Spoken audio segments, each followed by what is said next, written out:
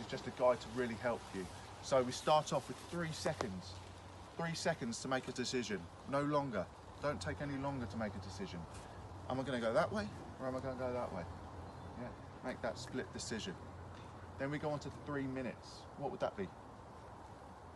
3 minutes without air, oxygen to the brain, before any long-lasting brain damage. Yes, people can go longer, people can't go as long as that.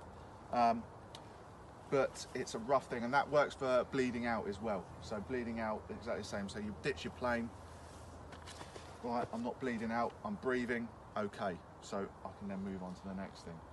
Then, so after 3 minutes, 3 hours without... Cuppa. Say again? A cuppa. What's that? A cuppa. A cuppa? Yeah. Oh, cuppa. Oh, I didn't.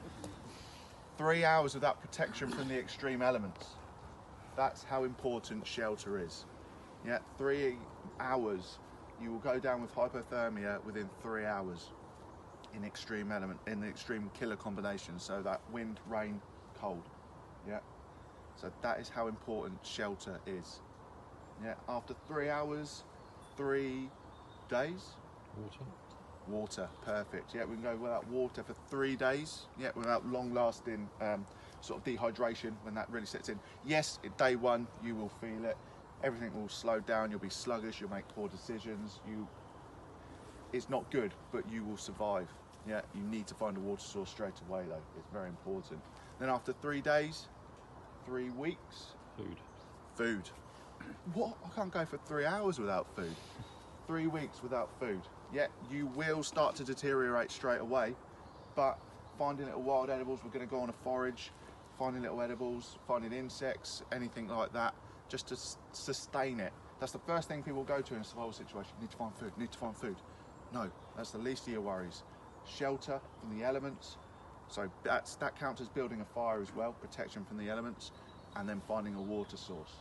Yeah, then start to worry about food. Once you've got them secure, then start looking for food. Yeah, so that's 3 weeks without food, 3 months without seeing the colour green. Yeah, have you noticed on cruise ships or the ferries, the deck is painted green? You noticed that? No? That is to stop the seamen from going crazy, from not seeing the colour green. Okay, so that is why you will notice on decks it is green. Yeah, and seeing the colour green, and yes, it's green out here, not quite the same. Or I like to use, you could then live indefinitely. If you've lasted three months, that means you've secured a water source, you've secured a food source. You're living it. You're living and breathing it. You've lasted 3 months. You could live there indefinitely until 3 years is up. 3 years without any physical contact, human contact. Yeah, and unless you've got that football called Wilson, yeah, you're going to want to end it. Okay, so yes, it's all a rough guide, but it puts in perspective what you need to do. So try and remember that rule of 3s.